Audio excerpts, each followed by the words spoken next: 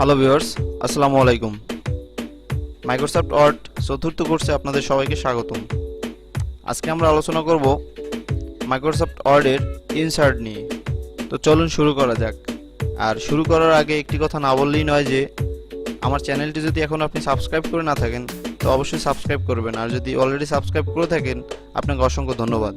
তো চলুন শুরু করা যাক।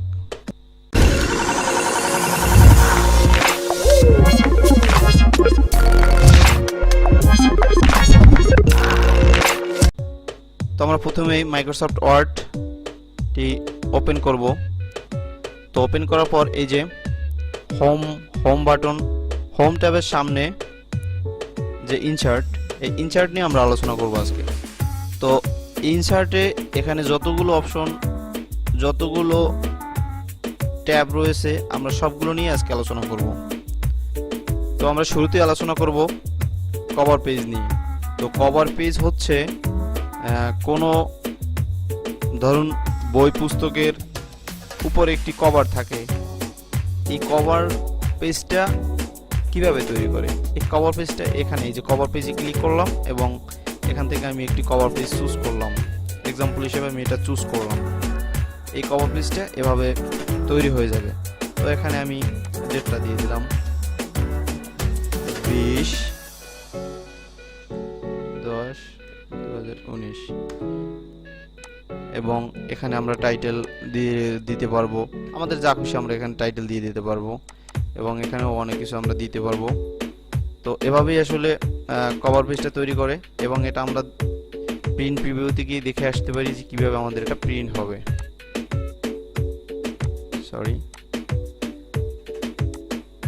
এই যে দেখতে পাচ্ছেন আমাদের লেখাগুলোর এটা এভাবে কভার পেজ তৈরি হবে।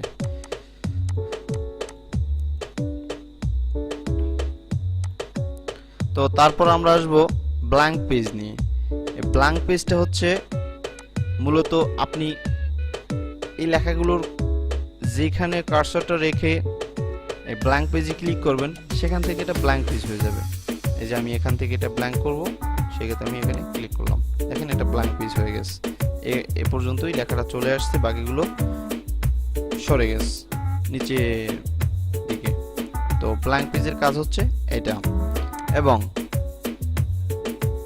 পেজ ব্রেক, এই পেজ ব্রেকের কাজ হচ্ছে আমি যদি এখান থেকে লেখাটাকে পেজ ব্রেক করতে চাই তো এখানে কার্সরটা রেখে পেজ ব্রেকে ক্লিক করব এবং দেখেন এটা পেজ ব্রেক হয়ে গেছে, দেন লেখাটা নিচে চলে এসেছে। তো পেজ ব্রেকের কাজও আমরা দেখলাম। তারপর আমরা চলে যাব টেবিলে। টেবিলটা মূলত অনেক গুরুত্বপূর্ণ একটা বিষয়। এই টেবিলটা নিয়ে মনে করি আলাদা একটি ভিডিও বানানো উচিত। তারপর আমি শর্টকাটে যতটুকু সম্ভব বেসিক জিনিসটা শিখিয়ে দেওয়ার চেষ্টা করব। তো টেবিলে আমরা এখানে অনেকগুলো অপশন দেখতে পাচ্ছি। তো এখানে একটি ডিসপ্লে টেবিল রয়েছে যেটা আমরা সহজেই তৈরি করতে পারি। যেমন আমাদের ধরুন 5টা কলাম লাগবে, আমরা এখান থেকে 5টা কলাম নিলাম এবং রো লাগবে 10টা, আমরা এখান থেকে 10টা রো নিলাম। তো এভাবে আমরা টেবিল ক্রিয়েট করতে পারি এবং আমরা ইনসার্ট টেবিল থেকেও টেবিল ক্রিয়েট করতে পারি। যেমন আমাদের এখানে কলাম লাগবে 6টা এবং রো লাগবে 4টা, আমরা এটা তৈরি হয়ে গেছে। তো এভাবেই আসলে তারপর টেবিলের এই যে নিচে ড্র টেবিল, এই ড্র টেবিল হচ্ছে আমরা হাতে টেবিল তৈরি করতে পারবো। যেমন এভাবে একটি টেবিল তৈরি করে এখানে আলাদা আলাদা করে তৈরি করতে পারবো। এভাবে আসলে ড্র টেবিল করা যায়। আবার এখানে এই যে টেবিলগুলো রয়েছে সেখান থেকেও আমরা আলাদা আলাদা টেবিল করতে পারবো। এই যে এভাবে এই অ্যাঙ্গেলে আমরা যেভাবে খুশি সেভাবে ড্র টেবিল করতে পারবো। তো তারপর আসি আমরা এই যে এক্সেল নিয়ে। এই এক্সেলটা হচ্ছে একটা মূল গুরুত্বপূর্ণ পয়েন্ট। তো এখানে দেখতে পাচ্ছি আমরা এই এক্সেলে ক্লিক করার পরে এটা এক্সেল শিটের মতো তৈরি হয়ে যাবে, এভাবে তৈরি হয়ে যাবে। এভাবে তৈরি হওয়ার পর আমরা মার্ক করে এই যে এখানে এটাকে বর্ডার করতে পারবো, বর্ডার করে তারপর এটা টেবিল করতে পারবো এবং এখানে যা যা লিখতে চাই আমরা তা লিখতে পারবো। এটা কাজ হচ্ছে এই যে মাইক্রোসফট এক্সেলের মতো। তো আমরা তারপর চলে যাব এই যে কুইক টেবিলসে।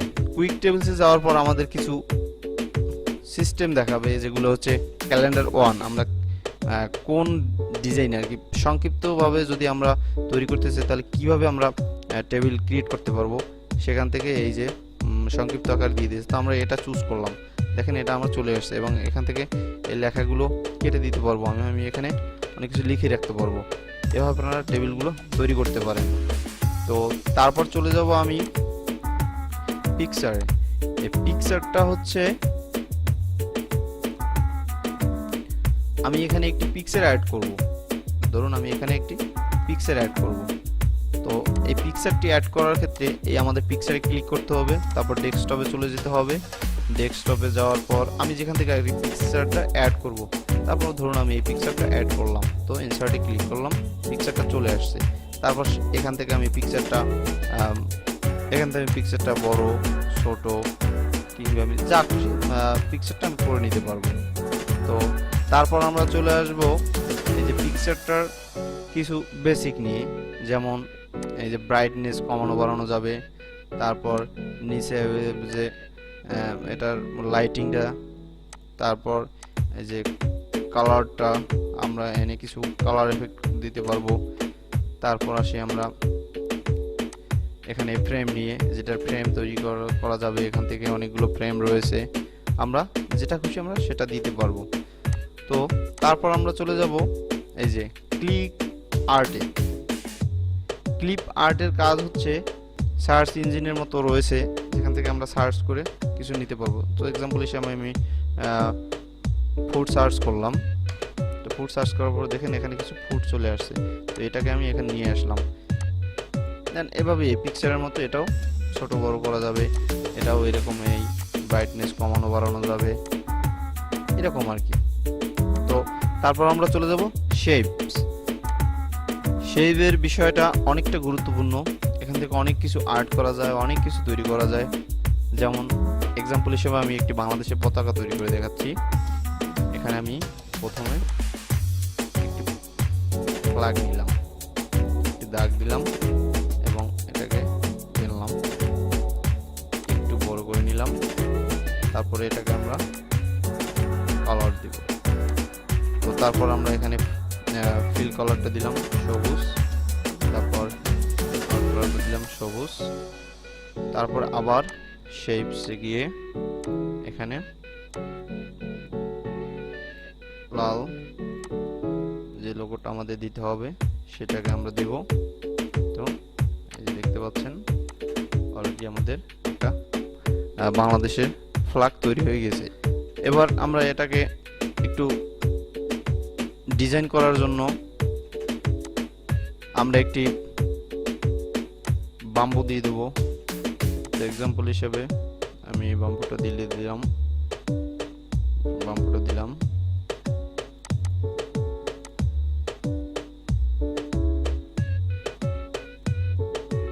বাম্বুটা দিয়ে দিলাম। তো এভাবেই আসলে এভাবে শেপের কাজ করা যায়, শেপ দিয়ে এভাবে অনেক কিছু তৈরি করা যায়। তো এবার আমরা চলে যাব স্মার্ট আর্ট। স্মার্ট আর্টে ক্লিক করার পর দেখতে পাচ্ছেন এখানে টেবিলের মতো অনেকগুলো ডিজাইন তারা রেখে দিয়েছে। তো এভাবে আমরা এখান থেকে ডিজাইন চুজ করে আমরা কাজ করতে পারবো, অনেকগুলো কাজ করতে পারবো। যেমন এক্সাম্পল হিসেবে আমি এটাকে চুজ করলাম এবং এটাকে নিলাম। এখন দেখেন এখানে এই যে টেক্সটগুলো আমি এখানে পরিবর্তন করে দিতে পারি, যেমন আমার ইচ্ছা মতো আমি এখানে বসিয়ে দিতে পারি। তো এভাবে আর কি এখান থেকে কাজ করা যায়, এবং এগুলোর ডিজাইন আপনি চাইলে এভাবে চেঞ্জ করতে পারবেন, অনেক কিছুই এখান থেকে করা যাবে।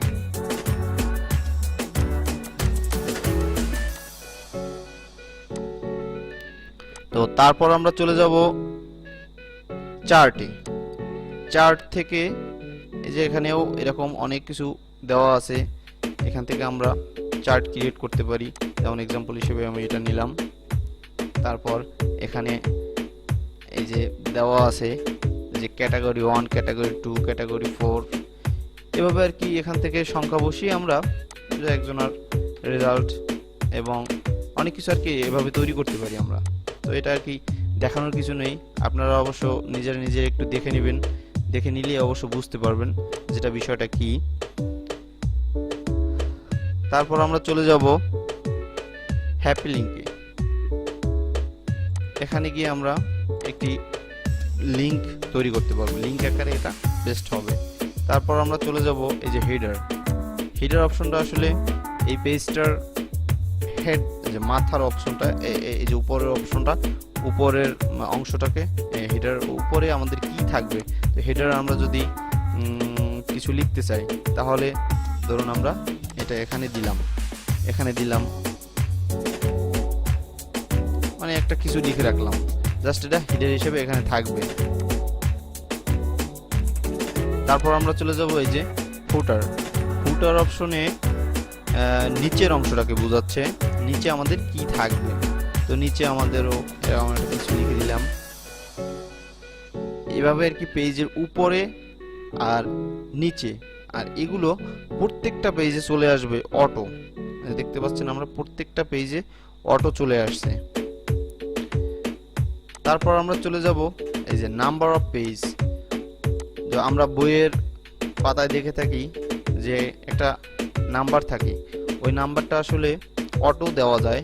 যেটা এই যে টপ পেজ, উপরের পেজ থেকে আমরা নাম্বারটা দিব, যেমন মিডল থেকে দিব। তো মিডলের জন্য আমি এখানে দিয়ে দিলাম। তো দেখেন এখানে 1, এখানে 2, এখানে 3, যতগুলো হাজার আপনার কপি থাকবে এভাবে অটো চলে আসবে নম্বরগুলো। তো তারপর আমরা চলে যাব টেক্সট বক্সটা আসলে এখান থেকে অনেকগুলো ডিজাইন দেওয়া আছে যে কিভাবে আপনি লিখবেন। তো এক্সাম্পল বিষয়ে একটা আমি দেখাচ্ছি যে এই টেক্সটটাকে আমি এখান থেকে এখানে সরিয়ে নিতে পারবো। তারপর এই টেক্সটটাকে আমি কিছু কেটে আমি এটাকে কিছু লিখে দিতে পারবো, এবং এটাকে চাইলে আমি বড় ছোট করতে পারবো, মানে যেরকম ইচ্ছা সেরকম আমি এটাকে করতে পারবো। এবং এটার ফন্ট সাইজ বড় ছোট অনেক কিছুই এখান থেকে করা যায়। তারপর আমরা চলে যাব ওয়ার্ড আর্ট থেকে আমরা এখান থেকে এই যে ডিজাইনগুলো দেখতে পাচ্ছেন, এই ডিজাইনগুলো আমরা ব্যবহার করতে পারবো। যেমন এই লেখাটাকে আমরা যদি ডিজাইন করতে চাই তাহলে এই যে ওয়ার্ড আর্টে গিয়ে এবং এভাবে ছেড়ে দিলে ডিজাইন হয়ে যাবে। এভাবে আর কি ডিজাইন করা যায়। তারপর আমরা চলে যাব মূল একটি গুরুত্বপূর্ণ বিষয়। সেই গুরুত্বপূর্ণ বিষয়টি হচ্ছে যে সায়েন্টিফিক ম্যাথমেটিক্সের যে লেখাগুলো, এগুলো লেখার ক্ষেত্রে এই যে ইকুয়েশন অ্যান্ড সিম্বল, এই দুইটা অপশন থেকে এই যে ম্যাথের যত কাজকর্ম এখান থেকে করা যায়। যেমন এখানে একটি এই যে থিওরি অনুসারে দেওয়া আছে। তারপর এই যে ইনসার্ট নিউ ইকুয়েশনে ক্লিক করার পর এখানে অনেকগুলো চলে আসবে, এবং এখানে দেখতে পাচ্ছেন আপনারা এখান থেকে ফ্রেম তৈরি করে, আমি যদি একটি না দেখিয়ে দিই অবশ্যই আপনারা বুঝতে পারবেন না। তো আমি এক্সাম্পল হিসেবে একটি লেখা আপনাদের লিখে দেখিয়ে দিচ্ছি। a ইকুয়াল টু এখানে √6 দিতে হবে। এখন √6 দিতে হলে আমাদের রুটে যেতে হবে, এই যে রুট, তারপর 6 দিলাম। তারপর আমরা চাইলে অন্য কিছু লিখতে পারবো, যেমন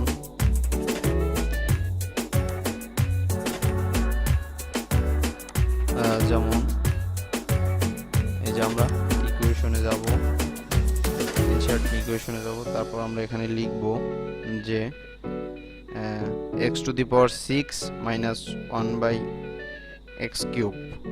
তাহলে এটা আমরা কিভাবে লিখব?